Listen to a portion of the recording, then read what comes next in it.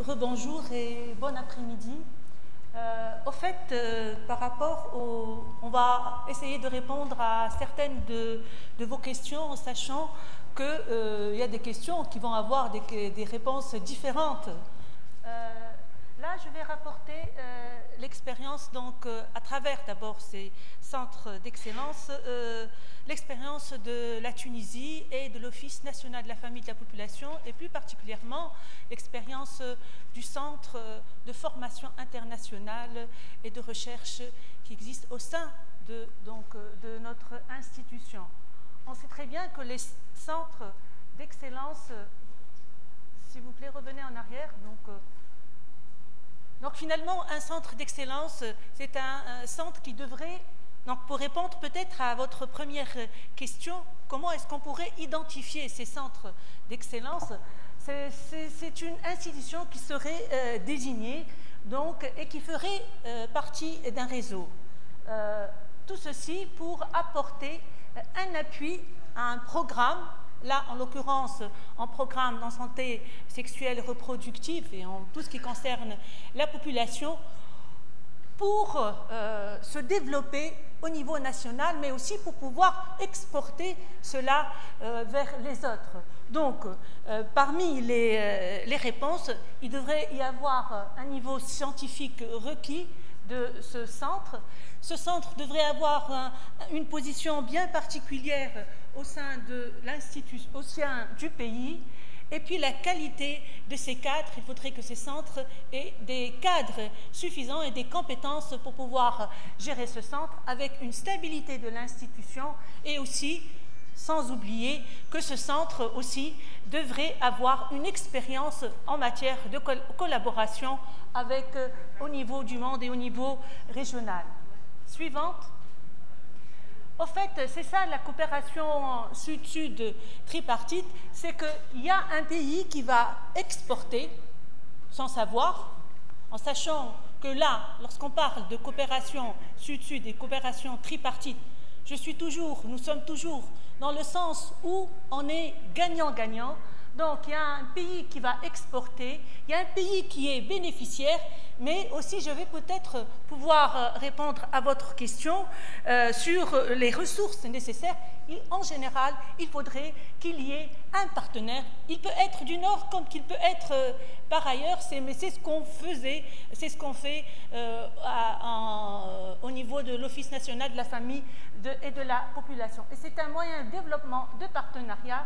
Et c'est un moyen de croissance aussi durable, parce que lorsqu'on envisage une coopération et un projet, ça va sur un long terme, et aussi bien celui qui va exporter, il va renforcer ses capacités, et aussi l'autre aussi va aussi apprendre, ce sont des leçons apprises, et il va justement, lorsque en matière de coopération, il faut toujours qu'il y ait un engagement de l'autre partie prenante, sinon c'est un projet qui tiendra pendant 2 ans, 3 ans, et une fois que l'autre partie partira, il ne restera plus rien. Donc il faudrait qu'il y ait aussi un engagement de la partie bénéficiaire. Suivante. L'exemple donc tunisien, très rapidement, suivante. Je vous rappelle la situation de la Tunisie. C'est un pays où il y a 11 millions d'habitants. C'est un pays où nous avons un taux de natalité de 18, à peu près 19 pour 1000. Nous avons en moyenne actuellement 2,2. Nos femmes font 2,2 enfants en moyenne. Nous avons une espérance de vie qui va jusqu'à 77 ans. Le taux de mortalité maternelle, il est en moyenne de 40% mi-naissance, mais il avoisine, il est peut-être un peu moins parce que les 40% mi-naissance, c'est la dernière enquête de l'OMS de 2008. Et nous avons encore une disparité régionale et des problèmes de développement au niveau des régions. Suivante, s'il vous plaît, très rapidement. Suivante. Donc c'est juste pour vous dire qu'en Tunisie, il y a les ingrédients du succès très rapidement, c'est la volonté politique, c'est le statut de la femme, c'est l'éducation, c'est aussi les institutions, notamment la suivante, les institutions, l'Office national de la famille et de la population qui a été créé en 1973. Suivante, pourquoi je fais des... La suivante, s'il vous plaît. Et aussi, les ingrédients du succès, c'est que nous avons tablé sur une éducation et un travail de proximité par les équipes mobiles de l'Office national de la famille et de la population. Donc, très rapidement, suivante, très rapidement, donc après 1994 et après, en 1994, après la conférence donc, de la CIPD, nous avons réajusté les composantes des services offerts, et pour réajuster ces composantes-là, à savoir en dehors de tout ce qui est espacement des naissances, suivi des grossesses, la lutte contre la prévention des cancers par exemple, la lutte contre la violence, la lutte contre les maladies sexuellement transmissibles, il y a eu aussi l'existence de ce CEFIR, suivante, le centre d'information et le centre de formation qui était là pour adapter les compétences des prestataires à ce niveau-là. Suivante.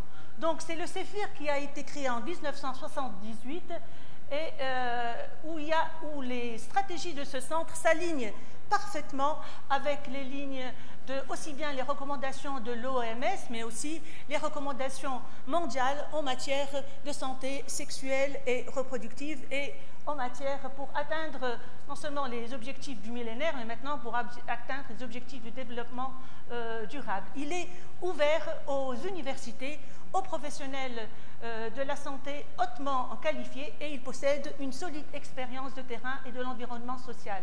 Suivante. Donc, il y a la formation, l'assistance, et il donne aussi bien de l'assistance technique, de la formation internationale que les voyages d'études. Suivante. Donc, là, vous avez les différents domaines d'intervention des experts tunisiens. Donc, il y a les organisations des sessions de formation, aussi bien d'ailleurs locales qu'au niveau international. Le suivi des programmes, par exemple, lorsqu'il y a eu il y a les dernières recommandations par rapport à l'utilisation des moyens de contraceptifs. Il faut former tous les professionnels de la santé dans ce sens-là. Et l'Office national de la famille et de la population a commencé à former et est en train de former tous les professionnels qui s'occupent de tout ce qui est espacement des naissances. Lorsqu'il y a eu l'introduction de l'interruption volontaire de la grossesse médicale, il y a eu la formation de tous les professionnels et nous avons une certaine expérience dans ce sens-là. Bien sûr, il y a aussi la participation, et c'est essentiel, à l'élaboration de stratégies et de programmes de santé. Et aussi, dans les visites études, il y a aussi une expertise pour le diagnostic et l'évaluation des besoins. Suivante. Donc, ça, c'est la dernière... je crois que c'est une dernière photo, il n'y a pas très longtemps, c'était cette année, il y a 2 mois, avec l'équipe de Mali, où il y a aussi bien une formation théorique des stages pratiques, qu'il y a aussi l'évaluation systématique des sessions de formation avec un suivi de l'évaluation post-formation suivante. Il y a aussi la production des modules pédagogiques, bien sûr, selon les recommandations internationales. Suivante. Le domaine de la recherche, il est vaste et bien sûr, justement, c'est la spécificité de ce CEFIR, c'est faire de la recherche. Et là, pour ne pas revenir en arrière, nous sommes actuellement sur une étude pour évaluer non seulement le comportement du Tunisien en matière de fertilité, et le NFPA est avec nous et nous appuie dans ce sens-là, mais aussi analyser les derniers résultats de l'enquête mixte qui a montré qu'il y a une diminution de la prévalence contraceptive, mais est-ce qu'on devrait continuer à utiliser cet indicateur de la prévalence contraceptive?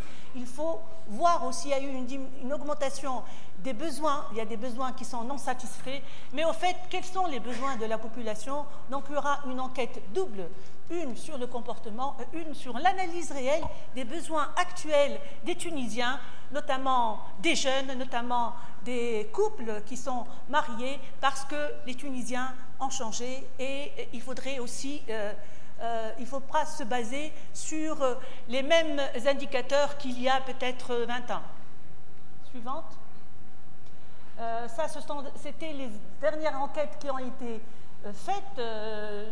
Il y a bien sûr les enquêtes mixtes, mais la dernière enquête de 2008 date, c'est la première enquête sur la violence qui a été faite justement avec la coopération espagnole. Donc, sans l'appui aussi de nos partenaires, nous ne pouvons pas avancer. Donc, c'est pour répondre au fait à la question. C'est vrai qu'il y a un engagement de l'État. C'est vrai que, par exemple, en Tunisie, nous avons un budget pour le CEFIR et que c'est un budget de l'État et un budget pour l'enquête. Mais cela ne suffit pas. Il faut aussi avoir les partenaires, parce que les partenaires, lorsqu'ils sont là, ils nous aident aussi, notamment pour nous, c'est l'UNFPA, mais aussi l'OMS et les autres, ils sont là pour nous aider au plaidoyer, pour faire le plaidoyer, pour aussi avoir les ressources nécessaires pour avoir donc l'argent pour cette enquête. Suivante. Ce sont les recherches biomédicales. Il y a 100 projets d'études qui ont été menés avec l'OMS. Suivant, je vais aller très vite, ça, les voyages d'études qui, en fait, c'est au cours de ces voyages d'études qu'on va constater ce que les deux pays pourront faire l'un pour l'autre et est-ce qu'on est au même niveau, est-ce qu'on est au même niveau de besoin ou est-ce que même dans l'environnement qui entoure la santé sexuelle et reproductive ou bien la population, nous avons les mêmes indicateurs. Suivante. C'est les titres, donc l'UNFPA pour le CEFIR, c'est un centre d'excellence en population pour l'Afrique et le monde arabe. Et depuis donc 1995, donc le CEFIR c'est un centre d'excellence et le CEFIR aussi c'est un centre collaborateur de l'OMS depuis 2009 et on a eu un prix pour le GIK 1999. Suivante.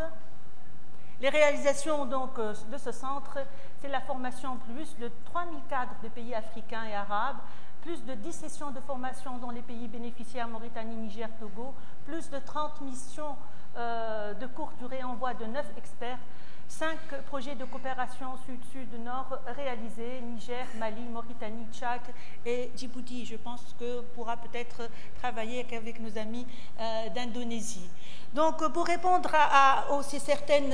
la première question, quelles sont les qualités requises? Donc, je vais terminer. We are running out of time. Ok, merci, je vous remercie.